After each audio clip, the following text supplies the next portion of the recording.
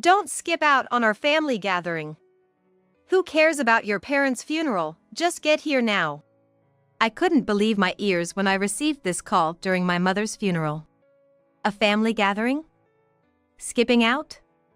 Where in the world would you find a daughter-in-law who would leave her own parents' funeral to attend her husband's family gathering? First off, it was strange that Ken was even present at this moment. I was painfully aware of how frivolous Ken was, and it made my blood boil. Understood. I replied, calming my heart and answering coolly. Fortunately, the ceremony was almost over. Mom, just wait a bit, okay? Ideally, I wouldn't want to leave my mother's side for a moment, but I couldn't stand letting Ken have his way any longer. When my mother's funeral ended and we took a lunch break with the relatives, I approached my father. Dad, I'm going to step out to Ken's place for a bit.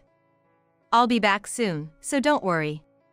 After telling my father, he seemed to understand something and nodded, okay. Clenching my fists, I rushed out of the funeral home in my mourning attire. My name is Charlie Turner. I'm 30 years old and work at a call center. I recently started dating a man I've been with for half a year. His name is Ken Norman. He's 5 years older than me and works as a civil servant at the city hall. Ken has a kind face with droopy eyes, and his job as a public officer suits him well. Ken commutes to his job at the city hall from his parents' home. His family's home is in a rural area, far from the urban center, and he commutes by car. We met in Ken's hometown when I was there for my photography hobby. It's a region I seldom visit, so when it got dark, I found myself lost on a dark rural road. Is everything okay? That was Ken, approaching in his car. Surprised, I honestly explained that I was lost due to my unfamiliarity with the area. Ken's kind face immediately made me feel he was a good person. The nearest station is quite far from here. Shall I drive you? But. Initially, I was hesitant to get into a car with a man I just met, but Ken showed me his civil servant ID from his wallet. This is who I am. However, if you're scared to get in the car, feel free to decline. He said, considerately letting me make the decision. After a brief hesitation, considering it would take over 30 minutes to walk to the station. And it was already getting dark, I didn't feel up to walking there alone. Then, I'll take you up on your offer.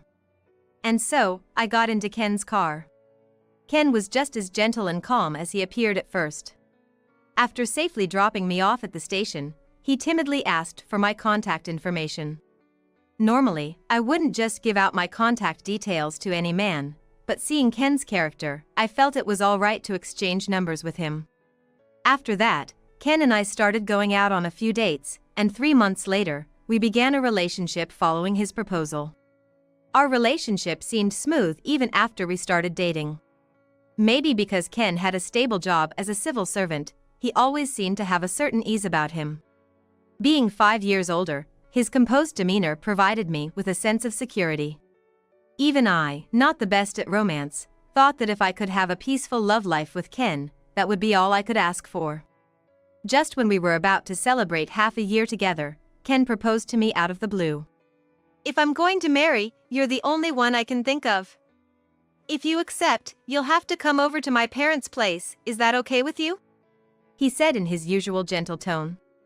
Ken's dad is a farmer, so on his days off, it seems there's a need to help out with the farming. That's why he wanted to live near his parents' house even after marriage. I hesitated a bit. Because my mother was sick, and the doctors said she might not have long. Her hospital is in the town where I currently live, so moving to Ken's family's place would mean I can't visit her as easily as before. But I also had a strong desire to give my mother the good news of my marriage to ease her worries.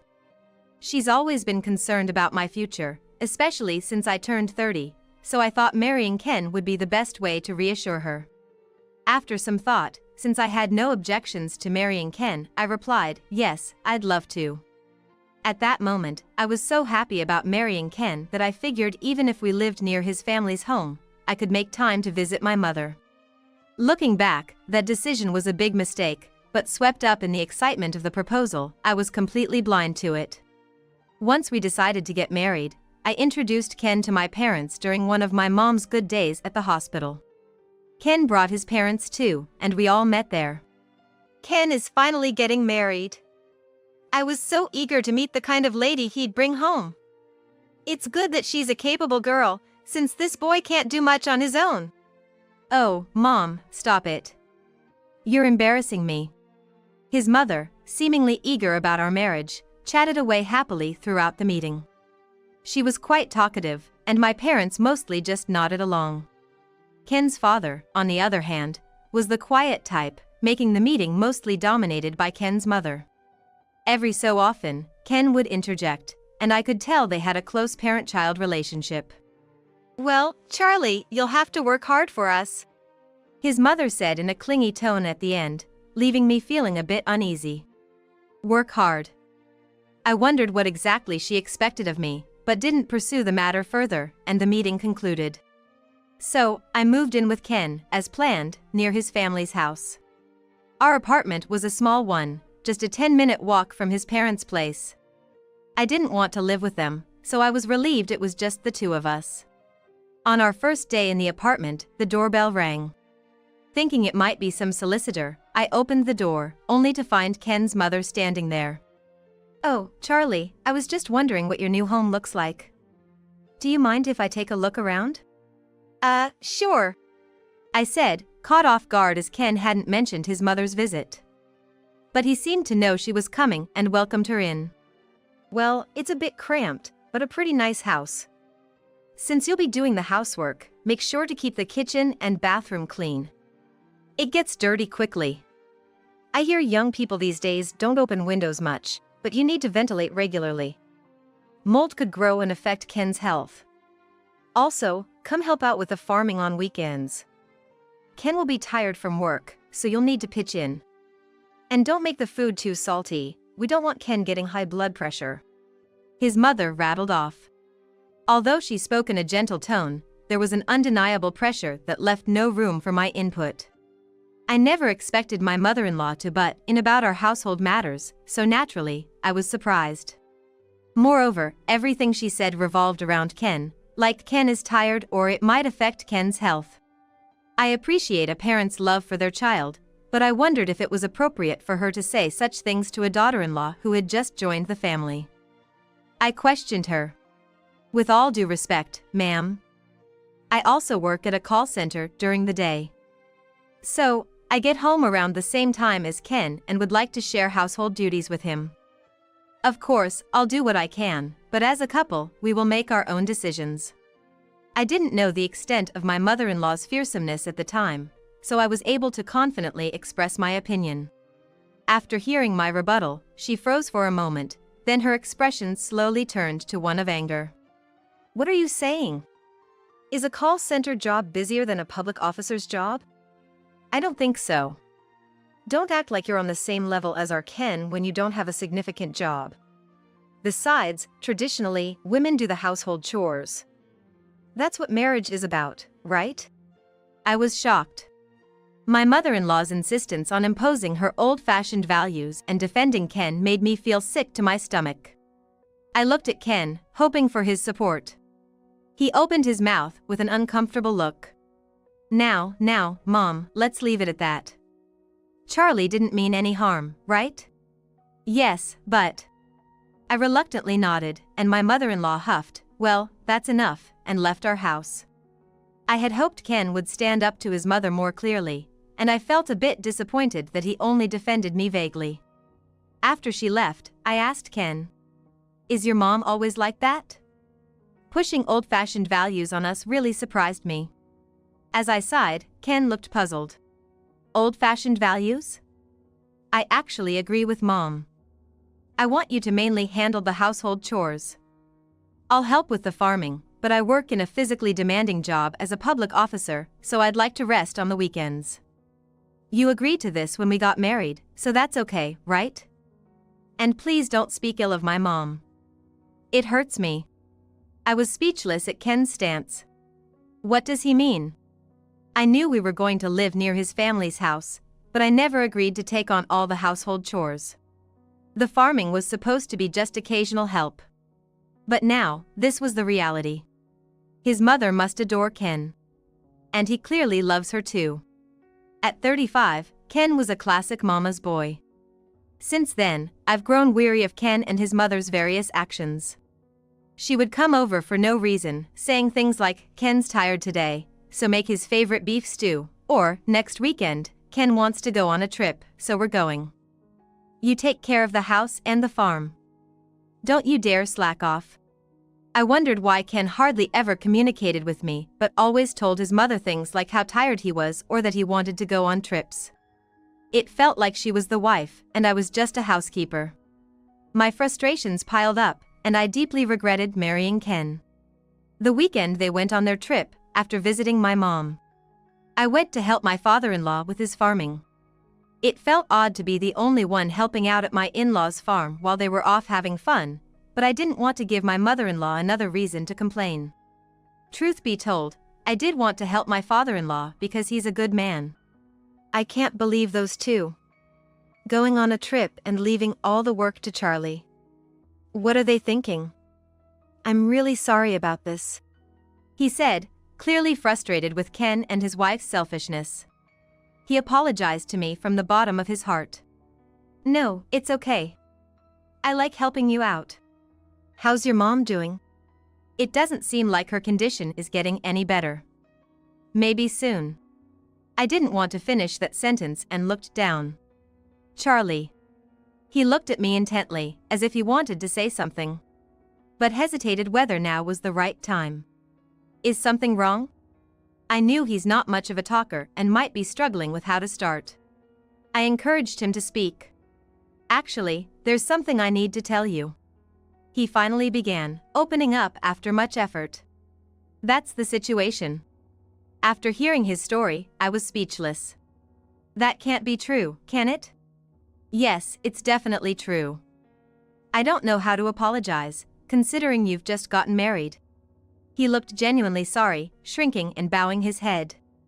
I reassured him it wasn't his fault and said, "Please, don't apologize," while still struggling to comprehend the facts he had just shared. What should I do now?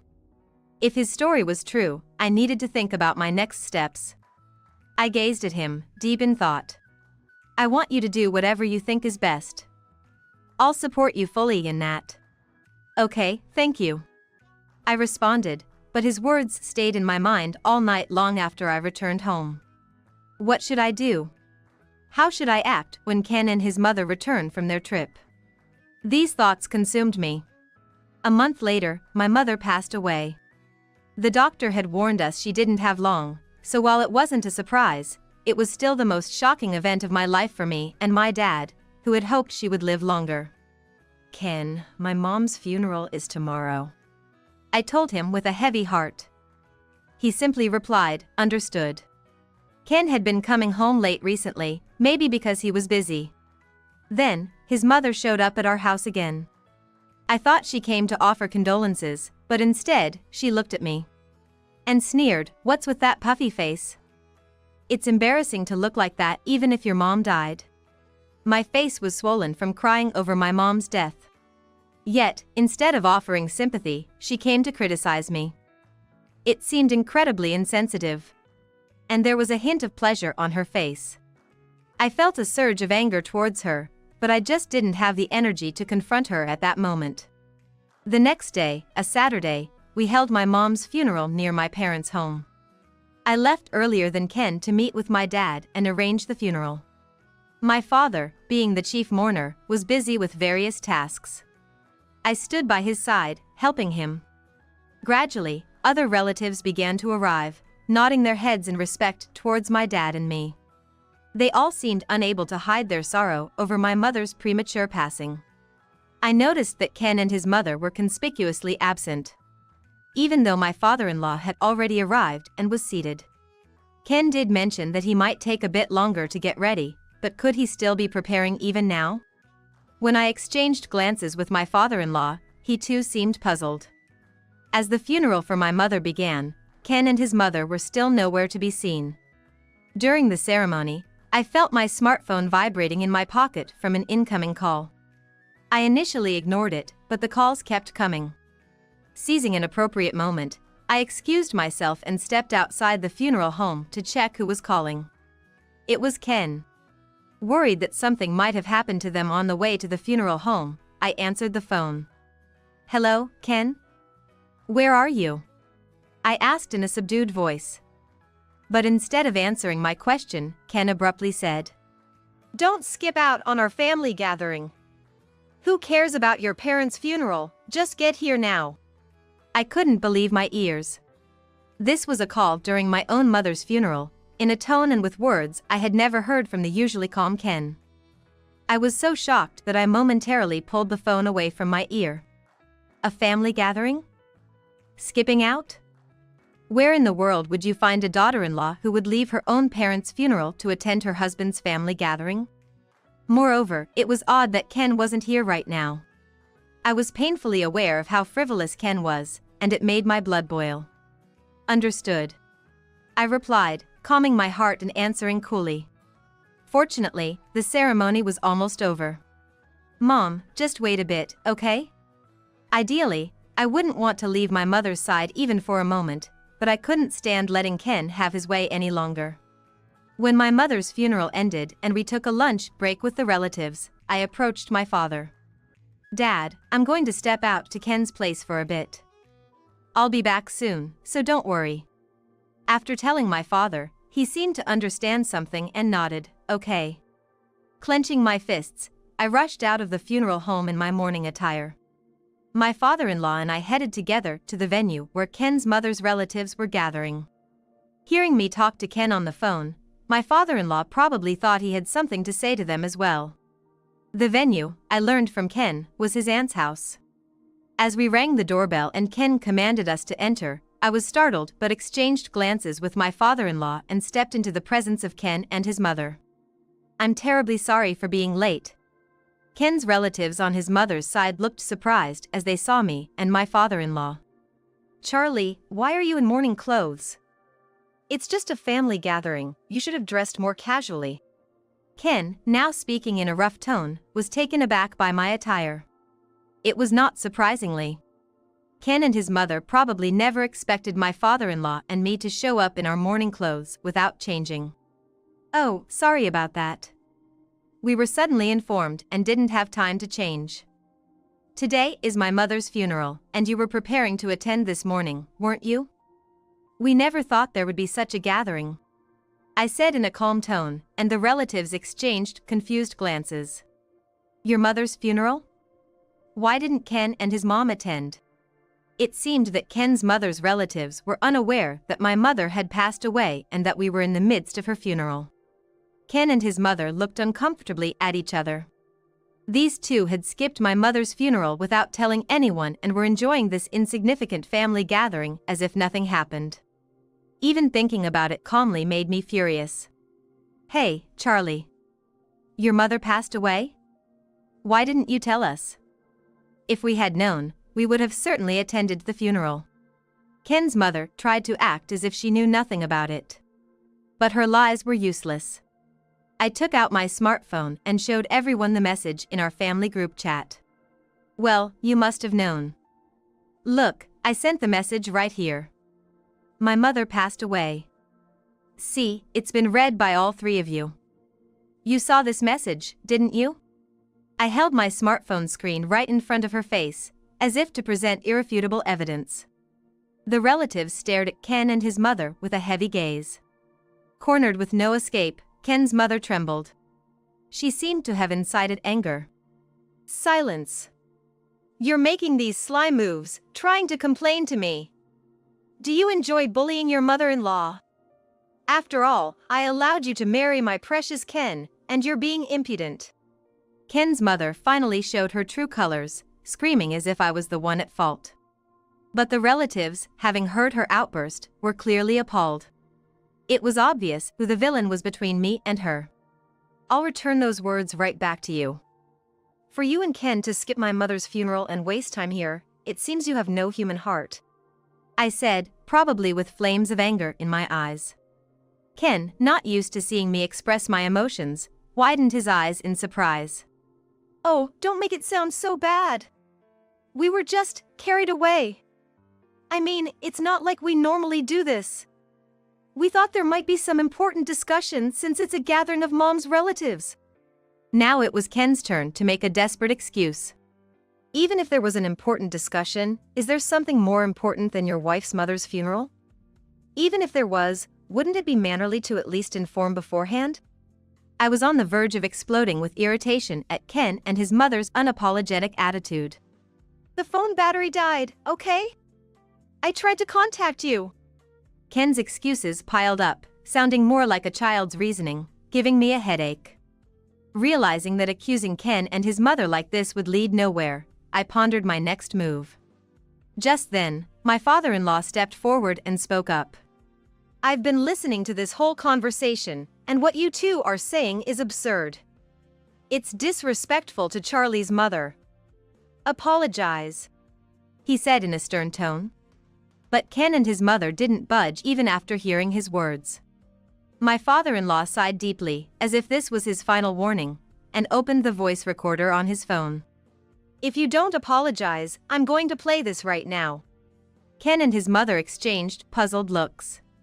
Knowing what was about to be played, I swallowed nervously.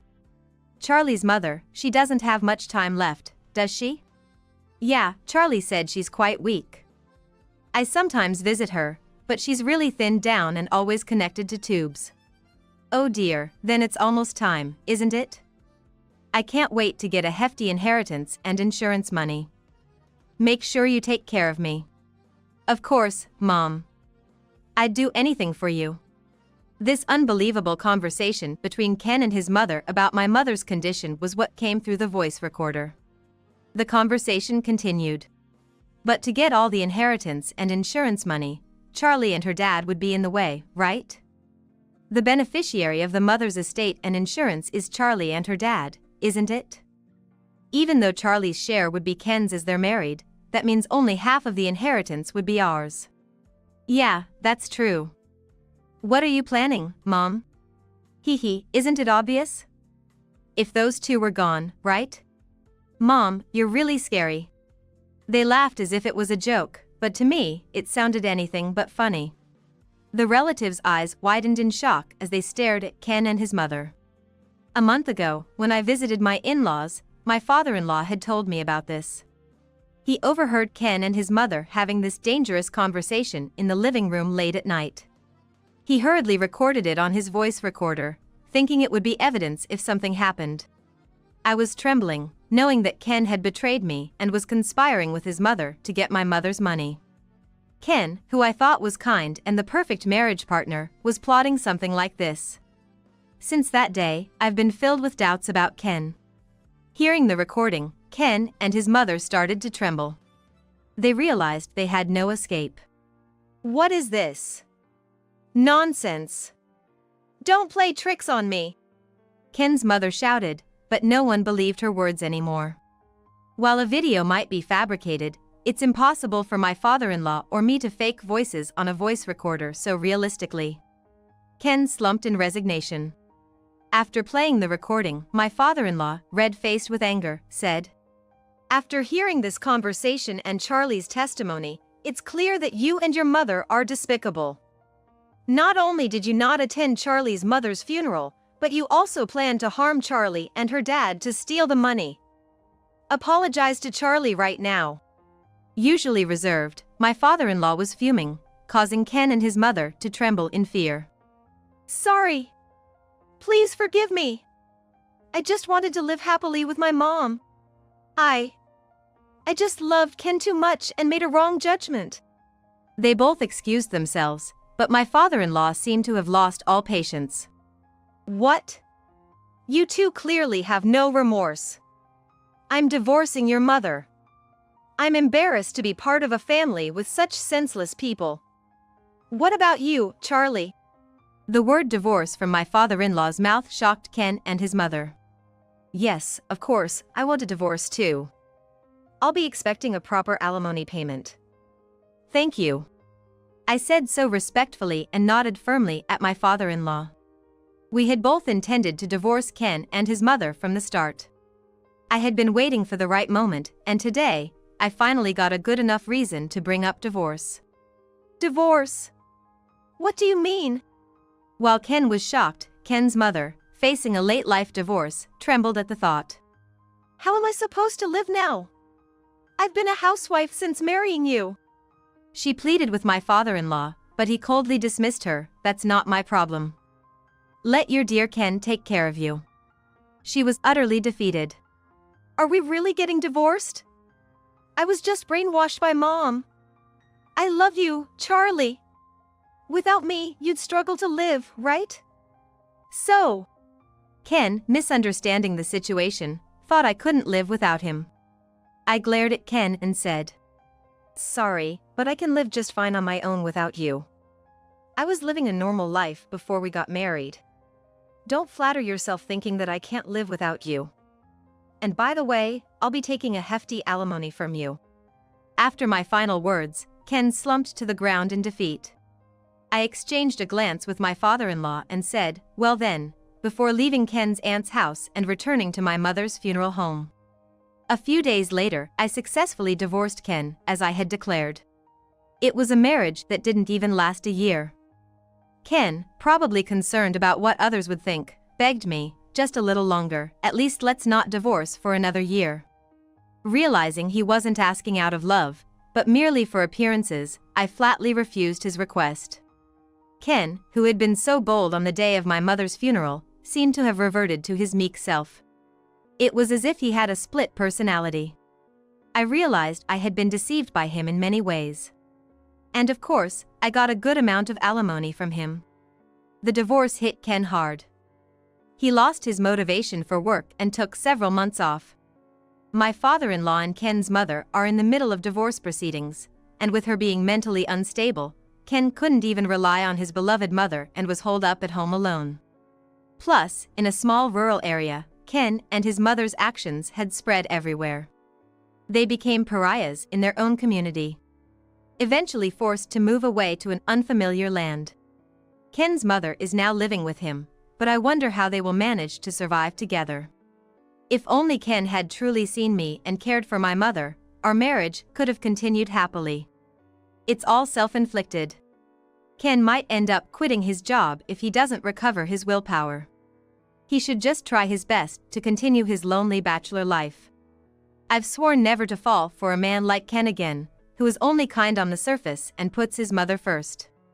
I've moved back to a lively urban area near my workplace, back into an apartment. This place is the most comforting, I thought. It suits me better than an unknown rural area. I still occasionally contact my former father-in-law to discuss the progress of their divorce. It seems their divorce will be finalized soon, and I plan to visit him once it's done. He's no longer my father-in-law, but we share the same pain. I think we can have a good relationship moving forward. Living in a place where Ken isn't, I enjoy every day, living in a way that would make my late mother proud.